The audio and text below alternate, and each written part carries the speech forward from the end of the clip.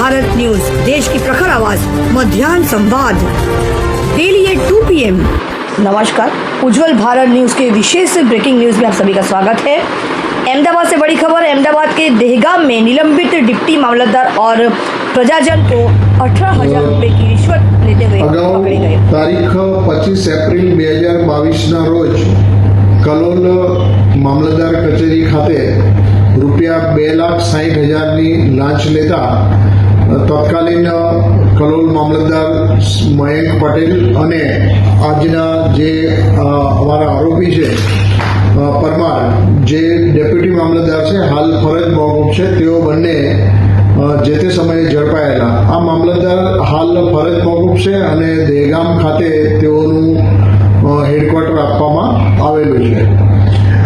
અમારા હાલના જે ફરિયાદી છે તેઓની વેચાણ નોંધોની રદ કરવા માટેની અપીલ પ્રાંત કચેરી ખાતે ચાલતી હતી અને તેની RTS ની કાર્યવાહી એ કલેક્ટર કચેરી ગાંધીનગર ખાતે ચાલતી હતી, જેમાં આ બંને જગ્યાએ જે કેસ અને દફતરના કાગળો હતા એ મળી રહેલ નહોતા, જેથી ફરિયાદી આ કાગળો શોધવા માટે પ્રયત્નશીલ હતા. દરમિયાનમાં આ કામના 2 નંબરના આરોપી છે નિતેશ જેઠાલાલ રાજન, તેઓ ટાઈપિંગનો વ્યવસાય કરે છે, તેઓની સાથે સંપર્ક થયેલો અને તેઓએ આ જે ફરજ મોકૂફ નાયબ મામલતદાર હતા તેઓની મદદથી શોધાવી આપે, પરંતુ તેના માટે રૂપિયા 18,000ની લાંચની માંગણી કરેલી, જેથી આ ફરિયાદી આ લાંચની રકમ આપવા માંગતા ન હોય તેઓએ એસીબીનો સંપર્ક કરેલો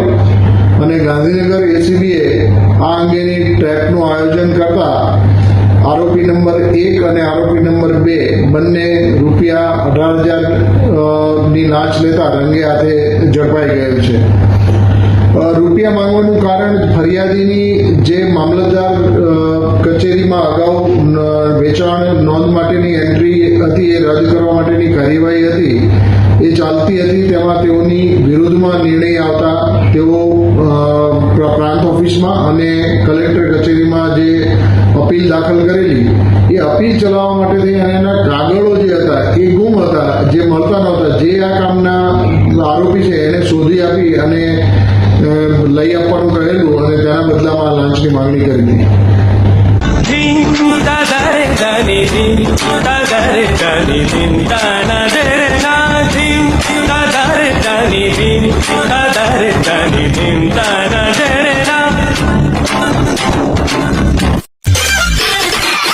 Thanks for watching UB News.